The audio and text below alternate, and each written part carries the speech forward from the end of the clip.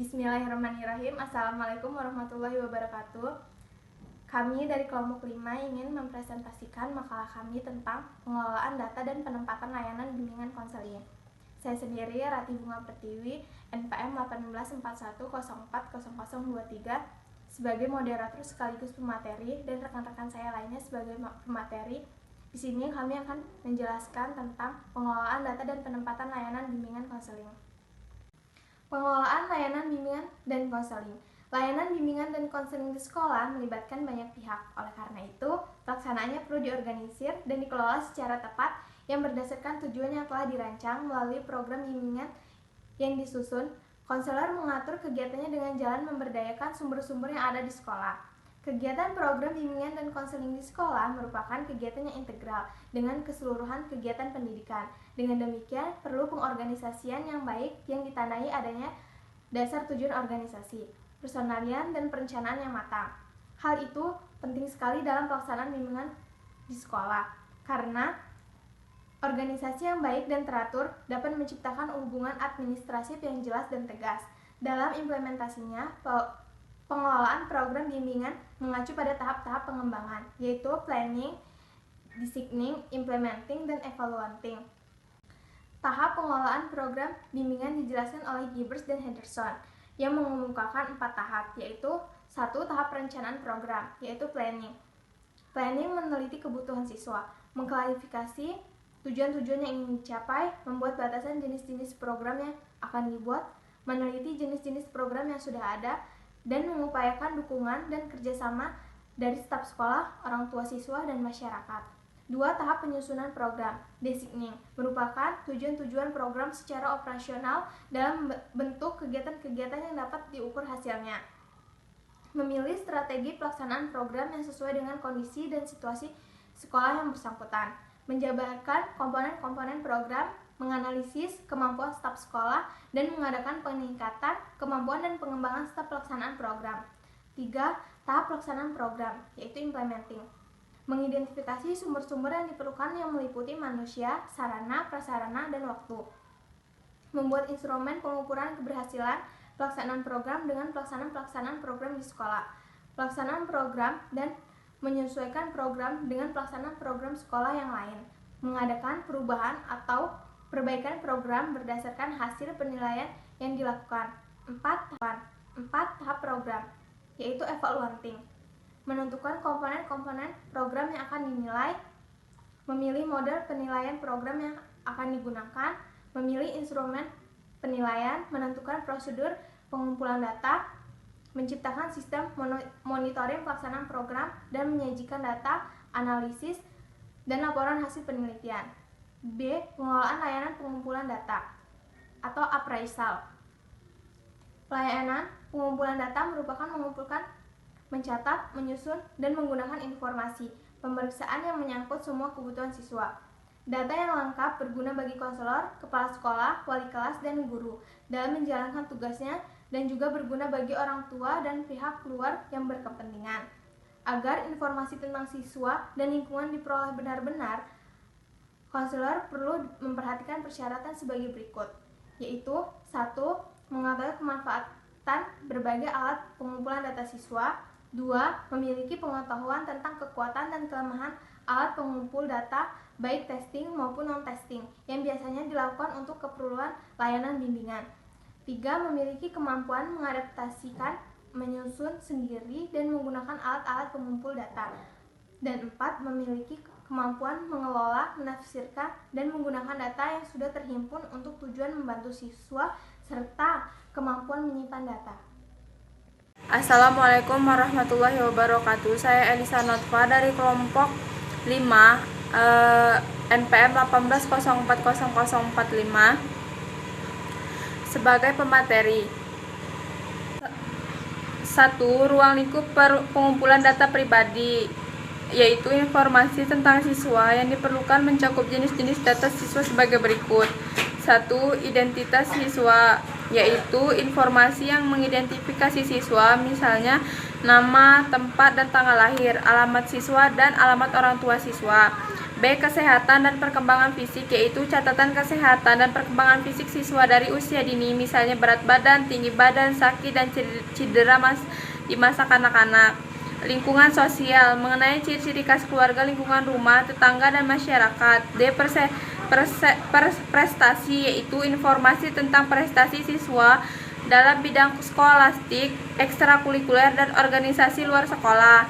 E. Bakat, yaitu informasi tentang bakat bidang akademik dan non-akademik. F. Minat terhadap bidang studi dan bidang pekerjaan tertentu. G. Penyesuaian personal dan sosial. 2. Prinsip-prinsip pokok pengorganisasian layanan pengumpulan data.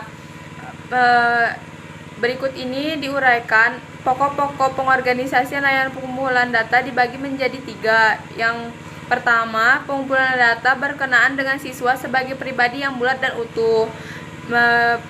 B. Pengumpulan data dan perlu dibuat ikhtisar agar dapat mencerminkan ciri-ciri pribadi siswa secara representatif. C. Pengumpulan data perlu memperhitungkan gambaran perkembangan siswa. Dean Meyer 1974 menyarankan prinsip-prinsip sebagai berikut. A. Pengumpulan data siswa bertujuan untuk membantu siswa memahami dan menolong diri sendiri dalam menghadapi masalah hidupnya. B. Pengumpulan data siswa ditujukan untuk menemukan kekuatan dan keterbatasan masing-masing individu sebagai dasar bagi perkembangan di kemudian hari. Masing-masing siswa perlu dipahami dalam konteks kehidupan dan lingkungan sosial. D. Melalui pengumpulan data pribadi. 3. Perencanaan dan penyelenggaraan pengumpulan data siswa. Konselor sebagai perencana dan penyelenggara pengumpulan data siswa harus berorientasi pada pengakuan adanya perbedaan masing-masing individu, sehingga dalam perencanaan dan penyelenggaraan harus sistematis, terorganisir, dan efisien. Konselor pun perlu memperhatikan langkah-langkah sebagai berikut. 1. Perlu kerjasama segenap personil sekolah. 2. Data siswa yang sudah terkumpul harus disusun secara baik dan benar. 3. Harus tersedia alat pengumpul yang relevan.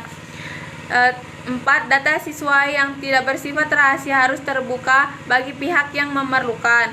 5. Dalam mengumpulkan data harus menggunakan berbagai jenis alat atau teknik pengumpulan data dan data yang diperoleh diintegrasikan. F. Data yang sudah terkumpul harus dicatat dalam buku pribadi atau kumulatif.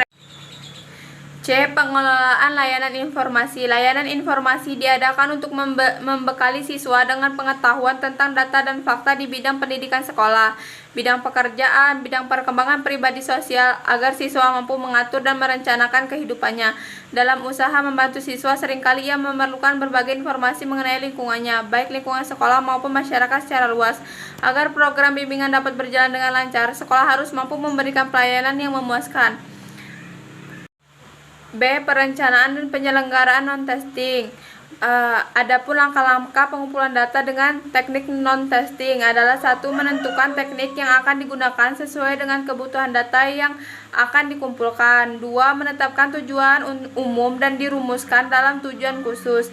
3. Perencanaan anggaran yang diperlukan. 4. Menetapkan jadwal pelaksanaan. 5. Menetapkan petugas pelaksanaan sesuai dengan kemampuannya. 6. Pelaksanaan pengumpulan data. 7. Meneliti kelengkapan data yang terkumpul. 4.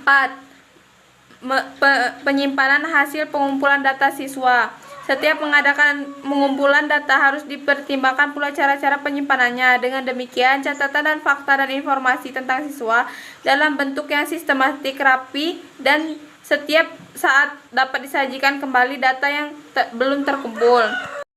A. Perencanaan dan penyelenggaraan tes. Dalam pelaksanaan bimbingan, alat pengumpulan data testing terutama adalah tes psikolog. Adapun langkah-langkah penyelenggaraan program testing sebagai berikut. 1. Menentukan kebutuhan. 2. Menentukan tujuan program. 3. Memilih instrumen yang tepat untuk menentukan tes. 4. Menentukan jadwal pelaksanaan secara tepat. 5. Mengevaluasi hasil menunjukkan taraf di mana tujuan yang sudah tercapai dan bermanfaat keseluruhannya.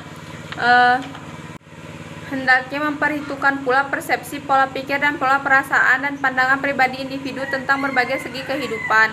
Melalui pengumpulan data pribadi individu sekaligus didorong untuk 4. Memilih diri sendiri. Pengumpulan data pribadi diselenggarakan sepanjang proses bimbingan.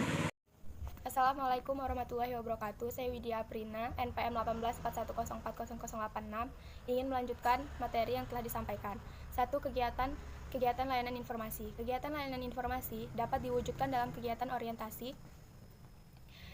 dan pelayanan informasi dalam kegiatan kelompok. 1. Orientasi. Program orientasi dilakukan dengan 2 cara, yaitu orientasi kepala sekolah yang baru dimasuki dan orientasi kepala sekolah atau dunia kerja yang akan dimasuki.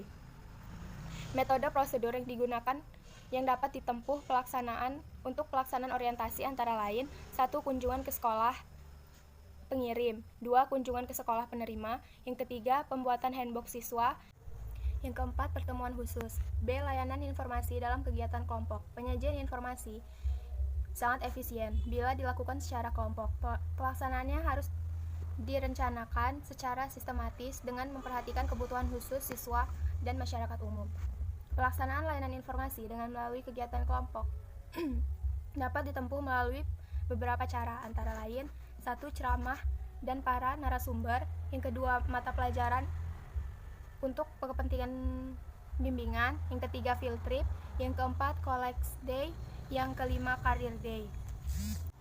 D. Pengelolaan layanan konseling. Konseling merupakan inti dari layanan bimbingan secara keseluruhan. Oleh karena itu, sangat diharapkan kegiatan konseling dapat terselenggara secara efektif dan efisien, sehingga layanan bimbingan secara keseluruhan dapat berlangsung dengan baik. Konselor dan konseli berada dalam konteks psikologis. Konselor memberikan penghargaan positif tanpa syarat. Konselor memahami dunia internal konseli dan mengkomunikasikannya dengan konseli. Dan konseli menyadari konsekuensi penerimaan dan empati konselor walau pada tingkat minimal. 1. Persiapan untuk konseling. Kesiapan atau motivasi merupakan suatu kondisi yang harus dipenuhi sebelum konseli mengadakan konseling. Kesiapan konseli untuk konseling ditentukan oleh beberapa faktor. Yang pertama, motivasi untuk memperoleh bantuan, pengetahuan konseli tentang konseling, yang ketiga kecakapan intelektual, yang keempat tingkat kesadaran terhadap masalah dan dirinya sendiri, yang kelima harapan terhadap peranan konselor, yang keenam sistem pertahanan diri, dan yang ketujuh fasilitas dan perlengkapan yang sesuai. Prosedur penyiapan konseli. Untuk mencapai kesiapan konseli dalam konseling, Robinson mengemukakan 4 cara yang dapat dilakukan konselor, yaitu pendekatan calm them in, yaitu 1. Konselor mengadakan interview dengan siswa yang masuk, yang kedua konselor dapat meneliti data siswa, yang ketiga pemberian informasi kepada konseli tentang dirinya dan prospeknya, yang keempat dapat melancarkan angka problem checklist untuk mengetahui masalah siswa, yang B. Pendekatan maintain good relations. Cara yang dapat dilakukan yaitu 1. Hubungan konselor dengan siswa yang baik, yang kedua konselor harus mudah dicari dan ditemui pada saat jam kerja di sekolah, yang ketiga setiap ada kesempatan menjelaskan apa dan untuk apa pelayanan konseling itu, yang keempat hubungan baik dengan para guru dan kepala sekolah. C. Pendekatan developing a desire for counseling. Cara yang dilakukan yaitu 1. Konselor dapat mengambil bagian aktif dalam kegiatan orientasi siswa baru, 2. Melaksanakan tes psikologis, yang ketiga publikasi materi-materi informasi. D. Pendekatan interview condition. Cara yang dilakukan yaitu 1. Kerahasiaan, yang kedua konselor menepati janji, yang ketiga suasana yang nyaman dan menarik siswa, yang keempat siswa dan tingkah laku konselor. Yang kedua, dasar-dasar etik bagi konselor dalam melaksanakan konseling. Hubungan konselor dengan konseli dalam pemecahan masalah merupakan kegiatan profesional yang perlu diorganisir dan diadministrasikan.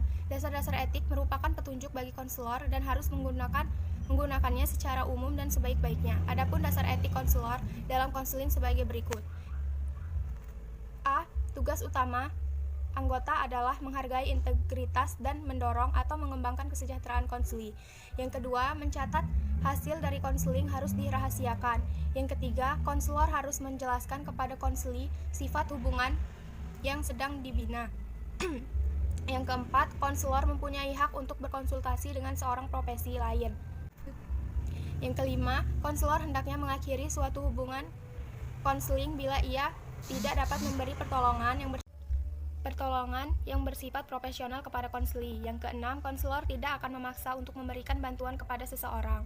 Yang ketujuh, konselor bebas memilih konseli yang akan dibantu.